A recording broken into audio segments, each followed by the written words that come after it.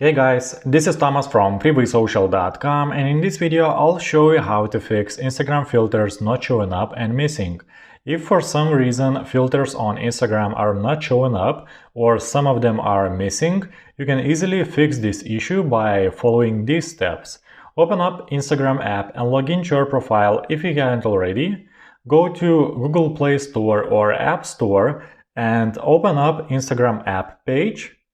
Make sure that you have the latest version of Instagram, so if it needs to be updated, just update it. After your Instagram app has been updated, restart your phone. Now try logging into your Instagram profile and filters should be showing up now. If filters are still missing, then log out of Instagram, delete Instagram app and download it one more time again.